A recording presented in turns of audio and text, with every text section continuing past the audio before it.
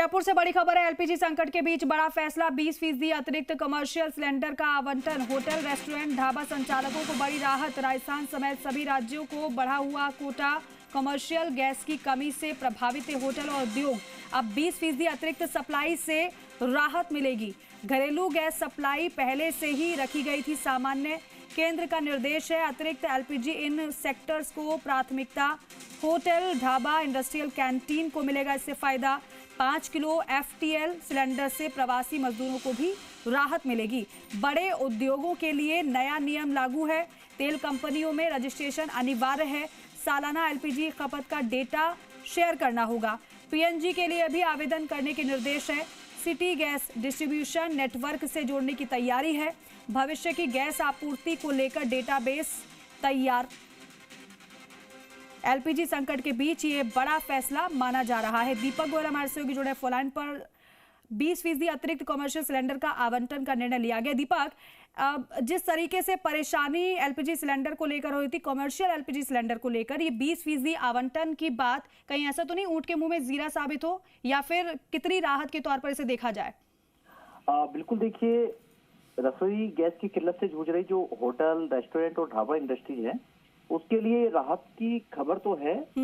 पिछली आपने देखा होगा कि जब 20% अतिरिक्त आवंटन पिछली बार भी कुछ दिनों पहले भी एक आदेश निकला था, जिसमें कहा गया था कि कुल कह सकते हैं कि 20% का कॉमर्शियल सिलेंडर दिए जाएंगे। लेकिन जो एजेंसी संचालक है, उनका कहना है कि भले ही आदेश निकल गया हो, लेकिन इस पर अमली जामा, यानी कि जितना आपको डिमांड है उसका 20% तो आप दीजिए, जिससे कि हमारे इलाके के अंदर जो इंडस्ट्री है, चाहे वो हॉस्पिटल हो, चाहे वो एजुकेशन सेक्टर हो, या जो एसेंशियल सर्विस में जो है, उनको हम ये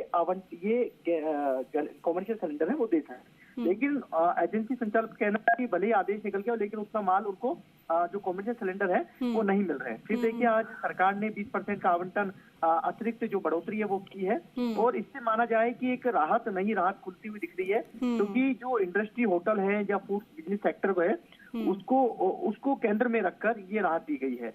यानी कि इससे ये जरूर होगा कि जो बंद होने के कगार पर होटल जिन्होंने टाइमिंग कम कर दिया, या महंगाई जिन्होंने कर दी, या फिर कह सकते हैं कि बंद होने की कगार पर है, उन्हें थोड़ा सा ऑक्सीजन के रूप में यहाँ पर कुछ मिलेगा, तो उनका जो रोजी जो कह सकते हैं कि कारोबार है वो चलता रहेगा। इनमें जो अतिरिक्त गैस को जो प्राथमिकता से hotel, restaurant, dhaba, food processing unit है, डेयरी है, जो औद्योगिक जो कैंटीन है, इन सेक्टर को देने का ये फैसला किया है। तो सरकार का इस आदेश का ये मतलब है कि सरकार अब गैस संकट को इकोनॉमिक एक्टिविटी के नजरिए से बैलेंस करने की कोशिश कर रही है। पिछले कुछ समय में कॉमर्शियल सिलेंडर की सप्लाई सीमित होने से सबसे ज्यादा असर छोटे बड़े होटल, वो फूड बिजनेस पर यहाँ पर पड़ा था।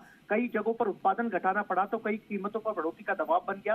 अब अतिरिक्त आवंटन के जरिए सरकार इन सेक्टर को दोबारा स्थिर करने की कोशिश में है, ताकि बाजार में खाने पीने की सेवाएं और सप्लाई चेन सामान्य यहाँ पर बनी रहे। दूसरी बड़ी बात यह भी है कि इस फैसले का एक और बड़ा संकेत है कि सरकार अब एलपीजी की खपत को ज्यादा व्यवस्थित और डेटा आधारित बनाना चाहती है।